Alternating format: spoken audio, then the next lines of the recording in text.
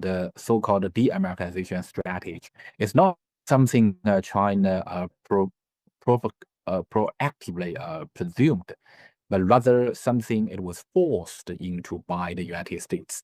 In fact, since China reform and opening up in 1978, China has consistently sought to establish a friendly relationship with the United States, adopting an open policy towards the U.S., attracting American investment, in increasing a trade with the U.S., and learning from the management experience of American company and the financial market. But I give you a very horrible, a very huge data. That is, by the 2016, by 2016, about 20% of China foreign trade was dependent on the United States. Frankly, I admit these independence benefited China in the past. But however, soon after, during his first term, President Trump began implementing policy to contain China, launching a trade war against China, detaining Huawei, Miss Meng Wanzhou, and imposing sanctions on thousands of Chinese companies, including Huawei. And this containment policy made China feel threatened and promoting countermeasures and adjustment.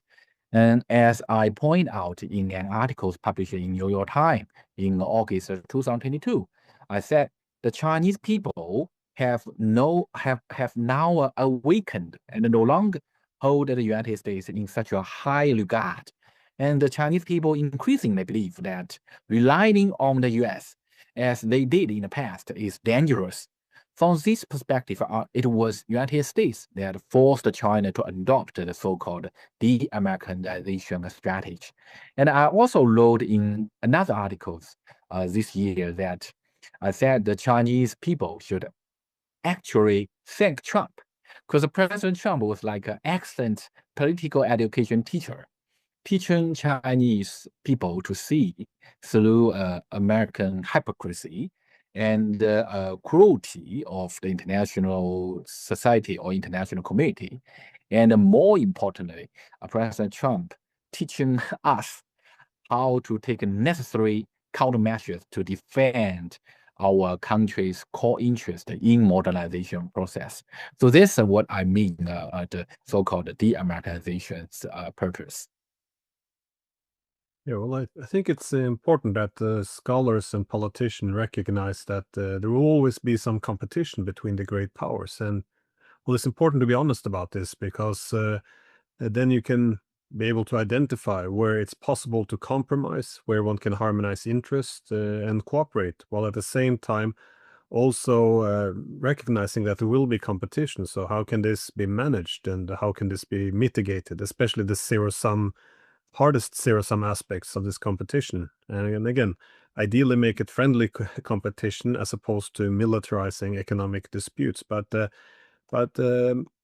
you look at the extreme economic concentration in the United States in the 1990s, globalization meant Americanization to a large extent. That is, we're all using American technologies, industries, shipping corridors, banks and currency, and all of it. So as the distribution of power shifts, it's quite reasonable to assume that the relationships will have to change as well. It opens up areas of cooperation and competition. So it's this whole de-Americanization. I think it's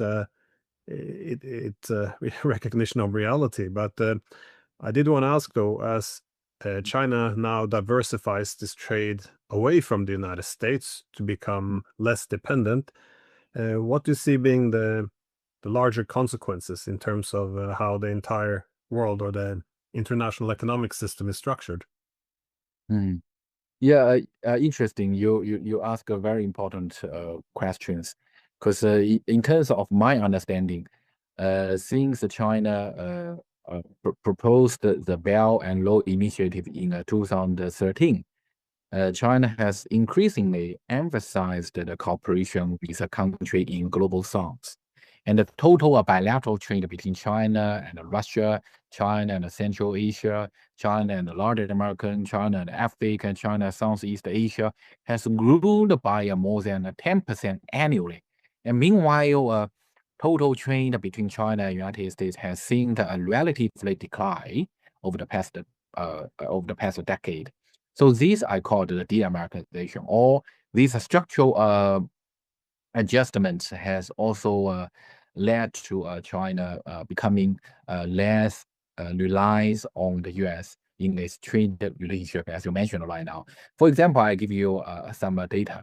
5 years ago, bilateral trade between China and Russia was only slightly over 100 billion US dollars. But now, 5 years later, now it has reached 250 billion US dollars, and it is expected to exceed 300 billion US dollar in the next 5 years. The bilateral trade between China and the Latin America has already surpassed 500 billion US dollars, and it is likely to exceed the total trade between China and the US in the next 5 years. Because nowadays, this year, the bilateral trade between China and US is only about maybe 500 billion US dollars. So that means in other words, in China foreign trade landscape, Latin American may become more important than the United States in the next 5 years, right? That's I think diversification. So therefore, in my view, the U.S. will still be a very important trading partner for China in the future, but its importance is declining. The strategic result of China de-Americanization of trade is that China global trade structure has become more balanced and more secure. This is a key reason. This is a key reason why China countermeasure against the U.S. trade war this year, in 2025, was so successful. Now, China is not afraid of the U.S. in the trade war. On the contrary, as many media outlets have reported, the U.S. has already lost the U.S.-China trade war of 2025. The main reason is that the U.S. share in China foreign trade landscape is declining. As I said, in 2015, U.S.-China trade accounting for about 20% of China total foreign trade, but now it is only 9%. And on the other hand, the rebalancing of China's foreign trade structure is beneficial to the development of countries around the world. China has exported more high quality and affordable goods to the world, achieving a democratization of goods, democratization of production, and helping developing countries in global south benefit from the China development. As you know, it is very important to remember that in the past, the Western country, in the past, the developing country imported too many Western products. Those products were of good quality, but too expensive. But now, China has launched a price revolution in foreign trade. So global South country can buy more high-quality Chinese goods at the same prices, thereby gaining more benefits. So that's I often say that it's a key reason I said why I often say that China's rise is beneficial to the world. So in the past, we often think that we are in our memories that in the past China made in China, the quality is not very good and the price is very cheap. But currently, China's production become more and more high quality, right? For example, the EV car, the solar production, the electrical production a lot. So that's why I think China now has launched international price revolution. This international price revolution, I think, is beneficial to the global South country.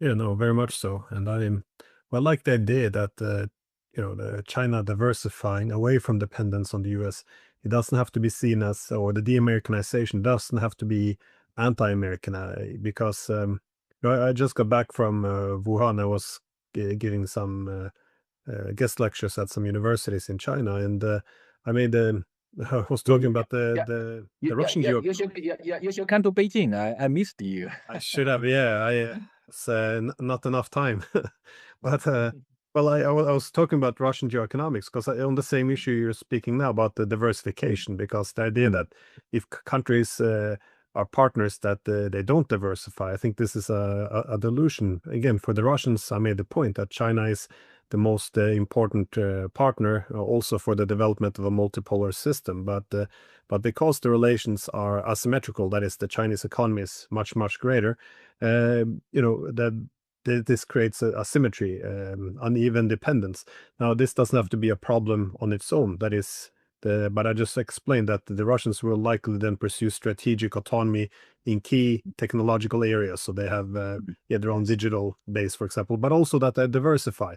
So they trade also with India and other great powers. Just so again, China would be the main, most important partner, but again, no country puts all its eggs in one basket, which is why all countries seek to diversify. And I think it's in the recognition that is important, the balance you just spoke about, that this is, again, this suggests that it doesn't have to be either pro or against, that this is not how states and economies work.